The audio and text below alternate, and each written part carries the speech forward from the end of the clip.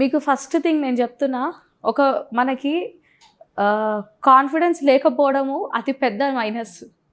మీకు ఎంత సబ్జెక్ట్ ఉన్నా మీరు భయపడుతురు చూడండి. నేనేమంటాను, రాంగ్ చెప్పినా కాన్ఫిడెంట్గా చెప్పాలంట కదా. ఇదివరకు ఉన్న బ్యాచ్ పిల్లలకి అదే చెప్పిన, తప్పు చెప్పినా ధైర్యంగా చెప్పండి, భయపడకండి అని. అంతే, మీరు ధైర్యంగా చెప్పండి. మీకు మైండ్లో ఒకటి ఆన్సర్ ఉంది, ఒక థాట్ ఉందంటే try to participate in the class. Just don't be just passive listeners, active listeners కూడా.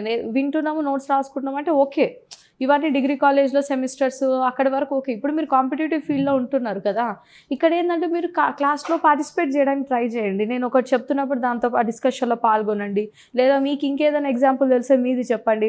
Try to be interactive in the class. ఈ రకంగా చేస్తే ఏంటంటే this is how you evolve. నిన్న మీరు అడిగారు కంటెంట్ ఎట్లా జనరేట్ అవుతుంది మ్యామ్ ఆన్సర్ రాసేటప్పుడు ఎట్లా అంటే, అనాలిసిస్ చేయమని, క్రిటికల్ అనాలిసిస్ చేయమని, ఎలుసిడేట్ అని చెప్పేసి ఇట్లా కొన్ని క్వశ్చన్స్ వస్తాయి. అలాంటప్పుడు మనం టెక్స్ట్ బుక్లో ఉన్నది మక్కి దించాం కదా, మరి అలాంటప్పుడు మనకంటూ కొంచెం కంటెంట్ జనరేట్ అవ్వాలి. ఇట్లాంటి డిస్కషన్లో పాల్గొనడము, పార్టిసిపేట్ చేయడం, ఇలాంటివి చేస్తుంటే ఏమైందంటే మీకు హరైజన్ ఆఫ్ థింకింగ్, అంటే మనం ఆలోచించే శక్తి ఏదైతే ఉంటుందో we start thinking out of the box, connecting the points ఎలా చేయాలి, ఇట్లాంటివన్నీ అలవాటు అవుతూ ఉంటాయి. అందుకే క్లాస్లో పార్టిసిపేట్ చేస్తూ ఉండండి. న్యూస్ పేపర్ చదువుతున్నారా? మొదలు పెట్టారా? మొదలు పెట్టండి. న్యూస్ పేపర్, ఏదో ఒక న్యూస్ పేపర్ తీసుకొని చదువుతూ ఉండండి. Current affairs unmatchable. అసలు మీరు కరెంట్ అఫైర్స్ని స్కిప్ చేయనేకూడదు. దాని ఒకసారి ప్రిలిమ్స్ పేపర్ చేతిలో పట్టుకున్నాక తెలుస్తుంది వాటి విలువ. సో న్యూస్ పేపర్ ఫ్రీక్వెంట్గా చదువుతూ ఉండండి. మంచిగా అంటే ఎప్పుడు ఒక పాజిటివ్ ఇట్లాంటివి నేను ప్రిపరేషన్లో చెప్తుంటాను. ఇది ఏంటంటే beginning stage of preparation. Text బుక్లు ఉన్నది మన ప్రిపరేషన్ రెండు రకాలు. ఒకటి అకాడమికల్, ఈ బుక్స్ సిలబస్ ప్రిపరేషన్ ఒకటైతే, మెంటల్గా ప్రిపరేషన్ ఒకటి. మనం మానసికంగా ఈ ఎగ్జామ్కి ప్రిపేర్ కావాలి. మెంటల్ ప్రిపరేషన్ ఒకటి. ఎట్లా అంటే ది కాన్ఫిడెన్స్ లెవెల్. మనకి ఆ భయం వస్తుంది. ఒక వ్యక్తికి కాన్ఫిడెన్స్ ఎప్పుడు ఎఫెక్ట్ అవుతుంది, భయం ఎప్పుడు వస్తుంది? సబ్జెక్ట్ మీద సరిగా అవగాహన లేనప్పుడే భయం వస్తుంది.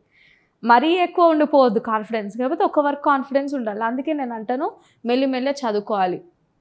News paper, first thing news paper చూసుకోవాలి. తర్వాత క్లాస్ రెగ్యులర్గా వినాలి. క్లాస్లో విన్నది క్లాస్ అయిపోయినాక ఇంటికి వెళ్ళి రివైజ్ చేసుకోవాలి. కుదిరితే ఇంకా మీకు టైం ఉంటుంది, మీరు హౌస్ వైఫ్, వర్కింగ్ ఉమెన్ కాబట్టి. బట్ స్టిల్ ఒకవేళ మీకు వీక్లీ వన్స్ అట్లా టైం దొరికినా కూడా మీరు ఆ వారంలో చదువుకుంది లేకపోతే ఆ రోజులలో చదువుకుంది ఒకసారి చూడకుండా రాయడానికి ప్రయత్నించాలి. సపోజ్ ఆర్టికి ఇవాళ మనం ఫండమెంటల్ రైట్స్ చదివినా, రేపు సండే హాలిడే ఇంట్లో ఉంది, మంచిగా ఫండమెంటల్ రైట్స్ ఏంటిది మొదటి నుండి నిన్న క్లాస్ దాకా మీకు ఏం అర్థమైంది అంతా ఒకసారి రాసుకొని రండి. అంటే ఎగ్జాంపుల్ చెప్తున్నా.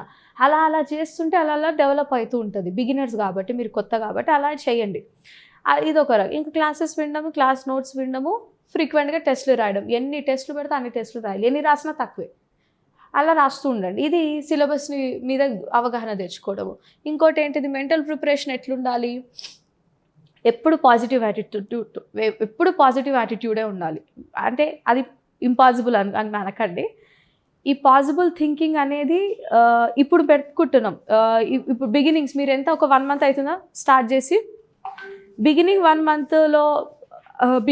monthలో ఉన్న జోష్ ఒక 3 నెలల తర్వాత మేబీ ఉండకపోవచ్చు, 6 months తర్వాత ఉండకపోవచ్చు, మీరు అనొచ్చు. అలాంటి పరిస్థితుల్లో కూడా మీకు పాజిటివ్ యాటిట్యూడ్ ఉండాలి. అది ఒకటి గుర్తుపెట్టుకోవాలి. ఈ ప్రిపరేషన్ ఇంతమంది లక్షల మంది రాసినప్పుడు కొందరే ఎందుకవుతారు అంటే వాళ్ళ యొక్క యాటిట్యూడ్, పాజిటివ్నెస్ వేరే ఉంటుంది. అది మీరు అనుకోవచ్చు పాజిటివ్ మైండ్ సెట్ వల్ల పెర్ఫార్మెన్స్ మీద ఎఫెక్ట్ చూపిస్తుంది అంటే చూపిస్తుంది. మీరు నెగిటివ్గా ఉండి భయపడుతూ ఉండి మొత్తం నెగిటివ్ మైండ్ సెట్తో ఉంటే అది మీ ప్రిపరేషన్ మీద నెగిటివ్ ఇంపాక్టే చూపిస్తుంది. పాజిటివిటీతో ఉండండి, చేరప్గా అంటే పాజిటివ్ మైండ్తో ఉన్నారనుకోండి, మీ ప్రిపరేషన్కి అది ఎప్పుడైనా పాజిటివ్ మైండ్ సెట్టే ఉంటుంది. ఈ జర్నీ 1-2 monthsలో అయిపోయేది, 3 monthsలో అయిపోయే జర్నీ కాదు మనది. అంటే నోటిఫికేషన్ డేట్ వచ్చినప్పటి నుండి, ఎగ్జాంపుల్ ఇంకా రాలేదు బట్ స్టిల్ నోటిఫికేషన్ పడ్డప్పటి నుండి అయిపోయి రిజల్ట్స్ వచ్చి, మెయిన్స్ అయిపోయి రిజల్ట్స్ వచ్చేదాకా ఎంత కాదన్నా ఒక 10 months 11 months ప్రాసెస్ ఇది. మరి ఇన్ని మంత్స్ ఒక మనిషి సేమ్ లెవెల్ ఆఫ్ మోటివేషన్తోని, సేమ్ లెవెల్ ఆఫ్ స్టామినా, ప్రొడక్టివిటీతోని వర్క్ చేయాలి అంటే ఎంత కష్టం మీరే చెప్పండి. ఇందులో ఫెయిలియర్స్ వస్తాయి, ఇందులో హర్డిల్స్ వస్తాయి, బ్యాడ్ డేస్ ఉంటాయి, ఛాలెంజెస్ ఉంటాయి. మనకి అదేంటో ఇన్ని రోజులు లేని టెన్షన్లు ప్రిపరేషన్కి కూర్చున్నాక వస్తాయి. దేవుడు అప్పుడు పరీక్ష పెడుతుంటాడు. ఇన్ని రోజులు ఒక రకంగా ఉంటాం. నేను నా పర్సనల్గా చెప్తున్నా, ప్రిపరేషన్కి కూర్చున్నప్పుడు నాకు ప్రాబ్లమ్స్ అన్ని ముంచుకోలేదు. నేనే కాదు, మా ఫ్రెండ్స్ కానీ సీనియర్స్ వాళ్ళు అదే అంటుండే, ఎప్పుడైనా కానీ దేవుడు ఇవే మీకు కష్ట సమయాలు, ఇప్పుడే మిమ్మల్ని టెస్ట్ చేస్తాడు, మనలో పడుతుందా లేదా, ఇవన్నీ తట్టుకొని నించున్నప్పుడే వస్తుంది. Journey is not that easy, but let's make it easy. కొంచెం మనం లిబరలైజ్ చేసుకోవచ్చు దాన్ని. పాజిటివ్ మైండ్ సెట్తో ఉండండి. ఒకరోజు మార్కులు తక్కువ వచ్చినా ఫీల్ అవ్వద్దు, ఒక అటెంప్ట్ పోయినా ఫీల్ అవ్వద్దు. ఇంకా గట్టిగా చెప్పాలంటే ఒక సంవత్సరం రాలేదనుకోండి, ఫీల్ అవ్వద్దు. ఏం తీసుకోవాలో 1 వీక్ బ్రేక్ తీసుకోవాలి, మళ్ళీ బుక్స్ పట్టుకోవాలి, మళ్ళీ కూర్చోవాలి, అంతే, వచ్చేదాకా రాయాలి. అది డిపెండ్స్. మీ సిచ్యువేషన్స్ ఒక్కొక్కరికి ఒక్కొక్క రకంగా ఉంటాయి. Some people can afford multiple attempts తీసుకునేది కొందరికి ఉంటుంది, కొందరికి ఉండదు, వాళ్ళకి అంత రిస్క్ చేయలేరు. సో డిపెండింగ్ మీ సిచ్యువేషన్ని బట్టి మీ డేని ఎట్లా ఆర్గనైజ్ చేస్తారు, మీ కెరియర్ ప్లానింగ్ ఎట్లా చేస్తారు, పర్సన్ టు పర్సన్ వేరీ. అలా మీరు ఆర్గనైజ్ చేసుకోవాలి. ఇంత కష్టాలలో ఎన్ని ప్రాబ్లమ్స్ ఉన్నా పాజిటివ్ మైండ్ సెట్ అయితే ఎప్పుడు పెట్టుకోవాలి.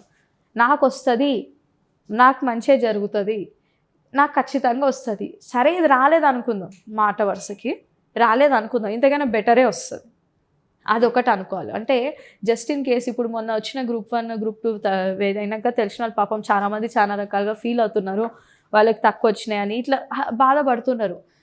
ఇన్నేళ్ళ కష్టము ఇట్లా రాలేదు అంటే చాలా బాధ వేస్తుంది, డెవాస్టేటింగ్ ఫీలింగ్ వస్తుంది. తీసుకోండి బ్రేక్, 1 వీక్ 10 డేస్ కావాలంటే ఒక 1 మంత్ పాజ్ తీసుకోండి, బ్రేక్ తీసుకోండి, రిలాక్స్ కండి, కామ్ అవ్వండి, మళ్ళీ స్టార్ట్ చేయండి. అదొకటి నేను చెప్తున్నా.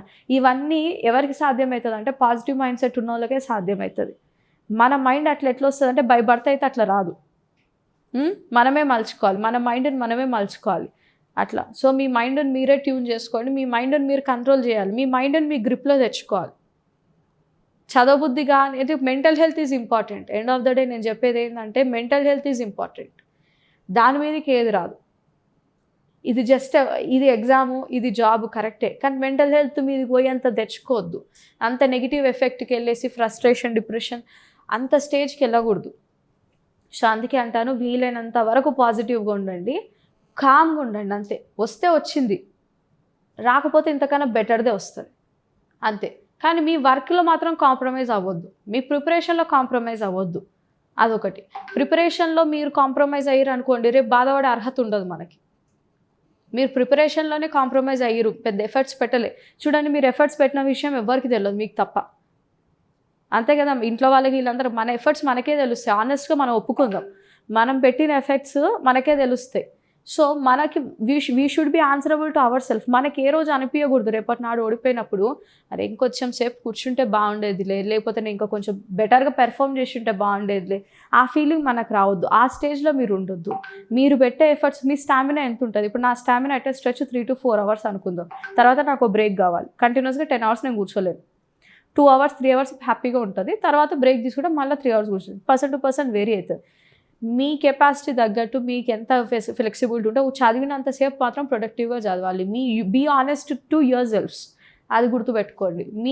మీ ప్రిపరేషన్లో మీరు compromise, if you are serious about this exam, నేను జాబ్ కొట్టి తీరాలనుకుంటే మీ ప్రిపరేషన్లో మీరు కాంప్రమైజ్ అవ్వద్దు. ఇంకా కన్సిస్టెన్సీ, మొదటి వారం బాగా చదివి తర్వాత వారం విడిచిపెట్టి మళ్ళీ 3వ వారం కూర్చొని కన్సిస్టెన్సీ మెయింటైన్ చేయాలి.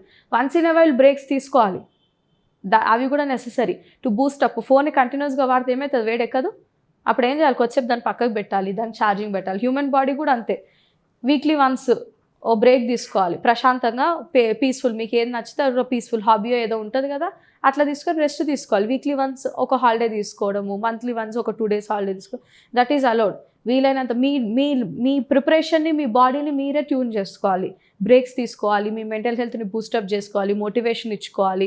ఈ రకంగా మిమ్మల్ని మీరే అప్లిఫ్ట్ చేసుకుంటే ఈ జర్నీలో పెట్టుకోండి. మధ్యలో డ్రాప్ అయిపోతాం, ఎవరు రారు, కొంతవరకు వస్తుండొచ్చు, మళ్ళీ తర్వాత మనదే. ఈ జర్నీలో ఉన్న suffering is very personal, no one will come. ఒక కాడి కోసం మనతో పక్కన కూర్చున్న ఆస్పిరెంట్ కూడా ఒక కాడికి రారు. అలాది వెళ్ళిపోయి మనది వెళ్ళలేదు అనుకోండి, అప్పుడు కథ ఇంకో రకంగా ఉంటుంది. ఎక్కడో అందరు అట్లుంటారని చెప్పను, కొందరు మంచి ఫ్రెండ్స్ ఉంటారు, వాళ్ళది వెళ్ళి మనది వెళ్ళకపోయినా మనకు అప్లిఫ్ట్మెంట్ ఇచ్చి మన గెలుపులో వాళ్ళు సహాయం చేస్తారు. కొందరు అలా కూడా ఉంటారు, కొందరు ఇక ఫోన్లు ఎత్తారు, ఆ టైప్ కూడా ఉంటారు. సో అందుకే అంటున్నాను, ఈ journey be honest to yourself. మీకు మీరు కమిటెడ్ ఉండాలి. మీరు ఈ ప్రామిస్ మీకు మీరు వేసుకోవాలి. మమ్మీకి వేసిన, డాడీకి వేసిన, హస్బెండ్కి ప్రామిస్ ఇచ్చి వచ్చిన ఇవి కాదు. మనకు మనం ప్రామిస్ వేసుకోవాలి. నేను కూర్చున్నా, నేను చదువుతా, నేను కొడతా జాబ్, వస్తుంది.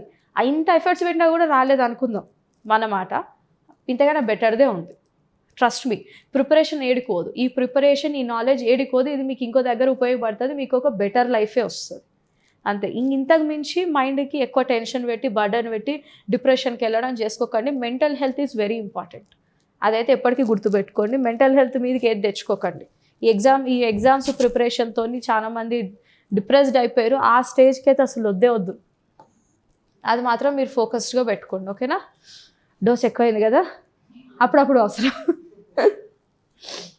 అప్పుడప్పుడు అట్లా డోస్ పడాలి. ఇది జర్నీ, లాంగ్ జర్నీ. అప్పుడప్పుడు ఇట్లా బూస్టప్ లేపలేదు అనుకోండి, మీకు కొంచెము డల్ అయిపోతారు. గొప్పలు సక్సెస్ అయ్యారంటే ఊకే కాలే, అంతే కదా? ఏమంటారు జ్యోతి గారు? అట్లా కొందరు అంటారు, వాళ్ళకి ఊరికనే వచ్చేసింది, వాళ్ళకి ఊరికనే వచ్చింది. రజనీకాంత్ ఇది ఫేమస్ డైలాగ్ ఉంటుంది, మీకు తెలిసే ఉంటుంది, నరసింహ మూవీలో, కష్టపడింది ఏది రాదు, అలా వచ్చింది ఎక్కువ కాలం ఉండదు.